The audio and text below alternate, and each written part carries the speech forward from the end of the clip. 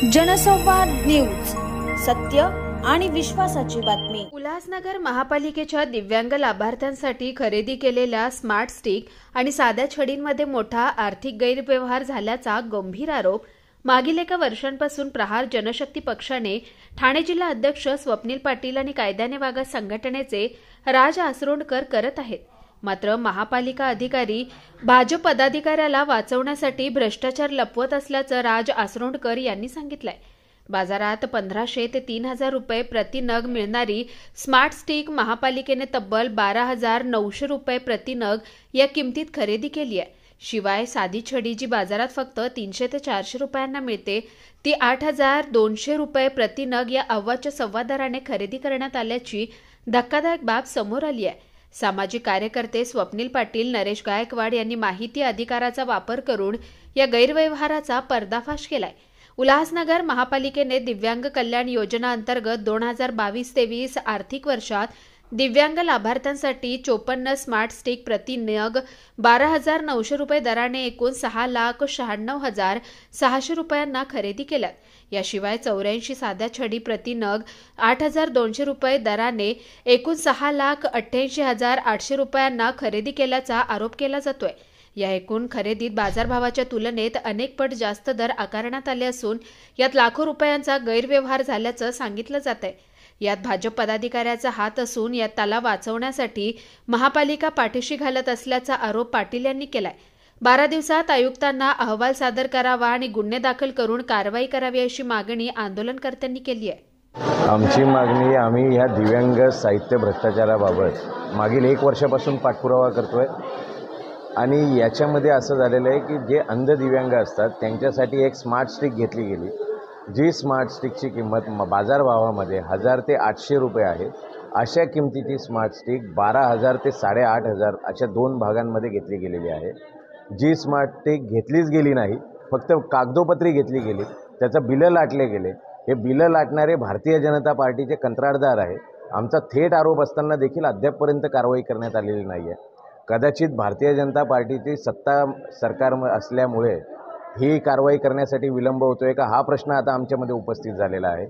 आम्हाला खेद ह्या गोष्टीचा आहे की अरे दिव्यांगाच्या हातातली काठी, ज्या व्यक्तीला दिसत नाही त्याच्या हातातली काठी पण जर तुम्ही चोरत असणार, जर त्याच्यामध्ये पण जर भ्रष्टाचार करत असणार तर हे सरकार कुठल्या थरावरती जातं हे आपल्या सगळ्यांना दिसून येत आहे। दुसरी महत्त्वाची गोष्ट म्हणजे ह्या आयुक्त महोदयांना आम्ही वारंवार पत्रव्यवहार केलेला आहे, वारंवार आम्ही याबाबत सांगत आहे, परंतु आयुक्त महोदय यांनी देखील ह्या दिव्यांगांप्रती कोणतीही संवेदना दाखवली नाही, कोणत्याही माणुसकीचं दर्शन दाखवलेलं नाही आहे। उलट हे दिव्यांग ज्यावेळी ह्या प्रश्नाचा जाब विचारायला या कार्यालयामध्ये येतात तर त्यांना जणू काही पाकिस्तानातले अतिरेकी आले, पहलगाममधले अतिरेकी आले अशा प्रकारे ट्रीटमेंट दिली जाते। त्यांना त्या गेटवरती अडवलं जातं, जे की अतिशय निषेधार्थ आहे। अरे ज्याला हात नाही, पाय नाही, डोळे नाही अशा व्यक्तीला जर तुम्ही त्या गेटवरती अडवत असणार तर हे महानगरपालिकेचं उभारलेलं हे जे भव्य दिव्य कार्यालय आहे ते कोणत्याही प्रकारच्या कामाचं नाही आहे। हा आमचं थेट आव्हान आहे, थेट आम्ही हे महापालिकेला सांगत आहोत। हा भ्रष्टाचार कधीचा आहे आणि यामध्ये कोणकोण आपला बघा, हा भ्रष्टाचार मागील 1 वर्षापूर्वी झालेला आहे। गेल्या 1.5 वर्षापासून हा भ्रष्टाचार झालेला आहे। याच्यामध्ये 12 ते 15 लाख रुपये लाटले गेले आणि याच्यामध्ये कोणत्याही प्रकारची स्टिक घेतली गेलेली नाही आहे। ज्या स्टिक घेतल्या गेल्या त्या पण डेमो म्हणून एखाद्या व्यक्तीने हे यांना डोनेट केलेल्या स्टिक होत्या, त्या फक्त दाखवण्यापुरत्या होत्या, त्या वापरण्यात आल्या नाही। जे कंत्राटदारांनी खुलासा मागवलेला आहे कंत्राटदाराकडनं, त्या खुलासामध्ये कोणत्याही प्रकारचं प्रॉपर उत्तर नाही आहे। त्यांनी सांगितलं आहे की पुढील 8 वर्षामध्ये ही स्टिक कधीही जर खराब झाली तर आम्ही ही बदली करून द्यायला तयार आहे। पण इथे जर उद्याचा ज्या माणसाचा भरोसा नाही आहे त्या व्यक्तीला तुम्ही पुढील 8 वर्षाचा कोणता भरोसा देत आहे? आणि हे जे दिलेलं मोघम उत्तर आहे ते आयुक्त महोदयांनी कोणत्या तत्वावरती मान्य केलेलं आहे हे एक मोठं प्रश्नचिन्ह आहे। आम्हाला कधी कधी आता हे संशय झालेला आहे की आयुक्त महोदय देखील या दिव्यांगाच्या या भ्रष्टाचारामध्ये बरबटलेले आहे। मागील 1 वर्षापासून या संदर्भात पाठपुरावा करतात, तुम्ही इथली यंत्रणा आपल्याशी कशा प्रकारे व्यवहार करतात? दिव्यांगांप्रती यांना कोणत्याही प्रकारच्या सहवेदना नाही आहेत। दिव्यांगांना वाऱ्यावर सोडण्याचं काम केलं जातं आहे आणि दिव्यांगांवरती अशा प्रकारचं जर दिव्यांगाच्या साहित्यामध्ये भ्रष्टाचार करत असेल तर आम्ही कदापि या कोणत्याही अधिकाऱ्याला सोडणार नाही। आता आम्ही तुमच्यासमोर सांगतो की ह्या संपूर्ण प्रकरणाचं आम्ही 11 दिवसामध्ये एक चौकशी अहवाल सादर करत आहोत।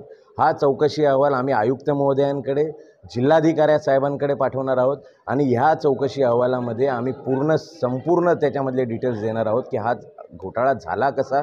जर कंत्राटदाराचे ॲड्रेस नव्हते, पुरवठादाराचे ॲड्रेस नव्हते, बायफर्केशनमध्ये कोणत्याही प्रकारची किमतीच्या समोर कोणत्याही प्रकारच्या बायफर्केशनमध्ये वस्तुस्थितीच्या ऐवजी कोणतीही किंमत लिहिलेली नव्हती, अशा सगळ्या परिस्थितीमध्ये तुम्ही 12,000ला काठी खरेदी घेताय. ज्या ठिकाणी DBTची व्यवस्था करण्यात आलेली आहे, सरकारमध्ये सगळ्या योजना ह्या DBT मार्फत करण्यात याव्या हा सरकारचा आदेश असताना कोणाच्या सांगण्यावरनं यांनी हे साहित्य खरेदी केलं आणि असे कोणत्या दिव्यांगांना दिलं त्याची देखील यांच्याकडे कोणतीही नोंद नाही आहे. जर तुम्ही 138 स्टिक विकत घेतल्या तर तुम्ही अद्यापपर्यंत 27 दिव्यांगांनाच का स्टिक दिल्या. आणि ज्या व्यक्तीला दिसत नाही, ज्या व्यक्तीला डोळेच नाही आहे, तुम्ही अंध व्यक्तीच्या हातामध्ये स्टिक देताय आणि त्या स्टिकला टॉर्च देताय. अरे थट्ट्याचा लावलेली आहे का तुम्ही या महानगरपालिकेने दिव्यांगाची. भाजपचा एक तुम्ही उल्लेख केला, कोण तो कंत्राटदार आहे, काय ते संबंध आहे? भारतीय जनता पार्टीचा पदाधिकारी यांनी ह्या दिव्यांगाच्या पैशाचा मलिदा खाल्लेला आहे, यांनी याच्यामध्ये भ्रष्टाचार केलेला आहे आणि याच्यावरनं दिसून येतं आहे की भारतीय जनता पार्टीचं उद्दिष्ट काय आहे. जे लोक ज्याला दिसत नाही त्या दिव्यांगाच्या हातातल्या छडीमध्ये जर भ्रष्टाचार करत असतील तर सरकार कोणत्या स्तरावरती जातं हे तुम्ही स्वतः पाहू शकता. तो व्यक्ती कोण आहे, नाव काय, उल्लेख काय? मला अद्यापपर्यंत जे काय आमच्याकडे कागदोपत्री आहे तर कागदोपत्रीमध्ये त्या व्यक्तीचे फक्त लेटर हेड आहे. लेटर हेडमध्ये सगळं काही बोगस आहे, परंतु यांच्याच अधिकाऱ्यांनी सांगितलं की संबंधित व्यक्ती हा भारतीय जनता पार्टीचा आहे. एक सगळ्यात पहिलं गोष्ट म्हणजे की प्रथमदर्शनी जो अगदी ठोसपणे भ्रष्टाचार आहे, म्हणजे खरं सांगायचं की हा भ्रष्टाचार आहे हे कुठल्याही डोळस माणसाला दिसू शकतं, पण या प्रशासनामध्ये खूप मोठा प्रॉब्लेम आहे आणि यांचा डोळसपणा कुठंतरी हरवलेला आहे. त्यामुळे गेली वर्ष दीड वर्ष ही सगळी मंडळी फायली चाळत बसलेली आहेत. आता आज जी चर्चा झाली त्याच्यामध्ये सलोनी निवकर ह्या पहिल्यांदाच त्यांना हा चार्ज मिळाला आणि त्यामुळे आम्हालाही त्यांच्याबरोबर थोडंसं सहकार्याचं धोरण अवलंबावं लागलं. त्यांनी असं आश्वासन दिलेलं आहे की पुढच्या 12 दिवसामध्ये ह्या संपूर्ण प्रकरणाचा फाईल तपासून वस्तुस्थिती दर्शक जो अहवाल आहे तो मी आयुक्तांना सादर करेन आणि त्यानुसार आयुक्त जे निर्देश देतील त्यानुसार आम्ही विभाग प्रमुख आणि कंत्राटदार आणि इतर जे जबाबदार लोक असतील त्यांच्यावरती कारवाई करू असं त्यांनी आश्वासन आम्हाला दिलेलं आहे आणि त्यांच्यावरती विश्वास ठेवून आम्ही आज थोडंसं नमतं घेतलेलं आहे. इथे सगळ्यात मोठी गोष्ट काय आहे की जो ॲडव्होकेट स्वप्नील यांनीसुद्धा उल्लेख केला की कंत्राटदाराकडे ह्यांनी खुलासा मागवला किमतीबद्दल. 12-13 हजार एका काठीची किंमत कशी काय होऊ शकते. त्याने 5 घटक दिले आणि सांगितलं की ह्या सगळ्या घटकांचा समावेश आहे, पण प्रत्येक घटकाचा खर्च किती आणि हे सगळे मिळून 12,000 कसे होतात ह्याचा त्या पत्रामध्ये काहीच उल्लेख नाही आहे. असं मोघम पत्रसुद्धा त्यांनी खुलासा म्हणून स्वीकारणं हा सुद्धा एक वेगळा भ्रष्टाचार आहे. म्हणजे आधी एक भ्रष्टाचार आहे आणि त्या भ्रष्टाचारावरती पांघरून घालण्यासाठी या महानगरपालिकेतलं जे प्रशासन आहे ते पुन्हा पुन्हा भ्रष्टाचार करतं आहे, तो कागदपत्रांशी करतं आहे आणि त्यांना ह्यासाठी सगळी हिंमत येते आहे. जे त्याचा उल्लेखसुद्धा ॲडव्होकेट स्वप्नील पाटील यांनी केला की ह्या सगळ्या प्रकरणामध्ये राज्यातली जी सत्ताधारी भारतीय जनता पार्टी आहे त्याचे पदाधिकारी याच्यामध्ये गुंतलेले आहेत आणि सरळ सरळ दिसतंय की वर्ष दीड वर्ष जर एवढ्या आयुक्त मॅडम वगैरे जर घाबरत असतील IAS दर्जाच्या कारवाईसाठी, याचा अर्थ कुठेतरी सरकारमध्ये बसलेले जे मंत्री, उपमुख्यमंत्री, मंत्री यांचा त्या पदाधिकाऱ्याला पाठबळ आहे हे स्पष्टपणे दिसतंय. कोणाला वाचवण्याचा प्रयत्न अधिकारी जे भारतीय जनता पार्टीचा जो पदाधिकारी आहे याच्यामध्ये ते स्वामी एंटरप्राइजेस वगैरे सगळ्या बोगस कंपन्या आहेत, ज्यांनी टेंडर भरलेले त्या बोगस कंपन्या आहेत, त्यांचा कुठे पत्ता नाही आहे. म्हणजे याची जर चौकशी झाली तर याच्यामधून एक मोठा घोटाळा वेगळ्या प्रकारचा बाहेर येईल. आणि माझ्या माहितीप्रमाणे ज्या डिपार्टमेंटमध्ये एक चौकशी केल्यानंतर ज्या ज्या गोष्टी कळतात की कॅटरिंग किचन सेटमध्ये सुद्धा जो भ्रष्टाचार मागे झालेला होता आणि ज्याच्यावरती कॅगने ऑब्जेक्शन घेतलेले आहेत त्याच्यामध्ये सेम कॉन्ट्रॅक्टर होता. ह्या कॉन्ट्रॅक्टरला ही पुन्हा पुन्हा कशी काय कॉन्ट्रॅक्ट दिली जातात आणि हे ब्लॅकलिस्टेड का होत नाहीत याच्यामध्ये स्पष्टपणे दिसतं की कुठेतरी राज्य सरकारमध्ये बसलेल्या लोकांचा या कंत्राटदाराला आशीर्वाद आहे. 15 ऑगस्टच्या दिवशी पुन्हा आंदोलन करण्याची बघा याच्यामध्ये हा फक्त एवढाच विषय नाही आहे. या उल्हासनगर महापालिकेचा जर कारभार आपण बघितला तर जिथे जिथे गोरगरिबांचा प्रश्न येतो, जिथे जिथे झोपडपट्टीमध्ये राहणाऱ्यांचा प्रश्न येतो, जिथे जिथे तळागाळातल्या लोकांचा प्रश्न येतो तिथे तिथे ही महानगरपालिका प्रचंड असंवेदनशील पद्धतीने वागते.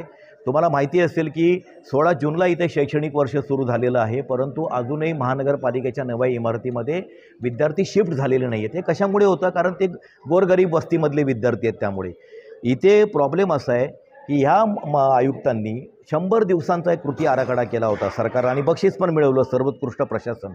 पण यांच्या 100 दिवसाच्या कृती आराखड्यामध्ये दिव्यांगांचे विषय नसतात, गोरगरीब शाळकरी मुलांचे विषय नसतात. जिथे जिथे म्हणून तळागाळातले बचत गटांसाठी स्टॉल यांनी मागून ठेवलेलं अजून डिस्ट्रीब्युशन केलेलं नाही आहे.